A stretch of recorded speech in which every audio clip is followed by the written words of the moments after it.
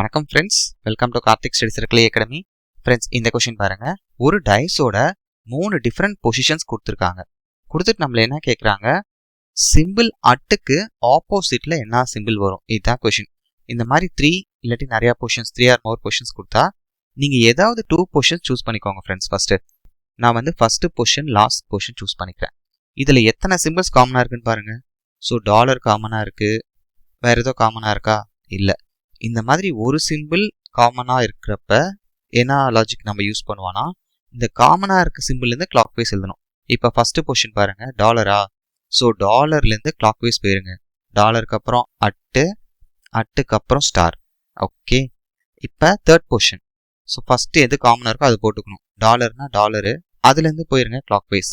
So டாலருக்கு அப்புறம் ஆஷ்க்கு அப்புறம் என்ன இருக்குது, கிரேட்டர் தென் சிம்பிள்.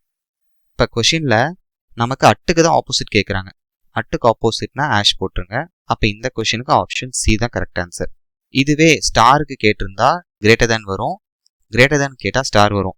சப்போஸ் டாலருக்கு கேட்டால் டாலர் போட்டுறக்கூடாது, ஏன்னா டைஸுக்கு 6 சைட்ஸ் இருக்கா, 6க்கும் 6 டிஃப்ரெண்ட் சிம்பிள்ஸ் தான் கொடுத்துருப்பாங்க. அப்போ இங்கே எந்த simple left out? So exclamatory தான் லெஃப்ட் அவுட்.